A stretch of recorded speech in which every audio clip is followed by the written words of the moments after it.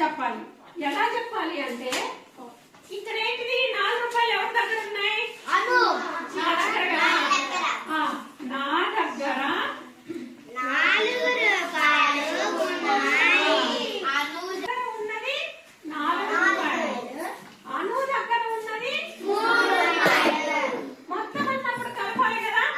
అయితే ఇక్కడ వాక్య రూపం ఇచ్చారు కదా, ఈ సెంటెన్స్ ఫామ్ ఇచ్చినప్పుడు మనం కూడా స్టెప్స్ రాయాల్సి ఉంటాం.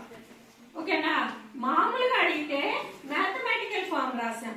ఇక్కడ మనం ఏమొచ్చింది, సెంటెన్స్ ఇచ్చేసారు, వాక్య రూపంలోకి వచ్చేసింది.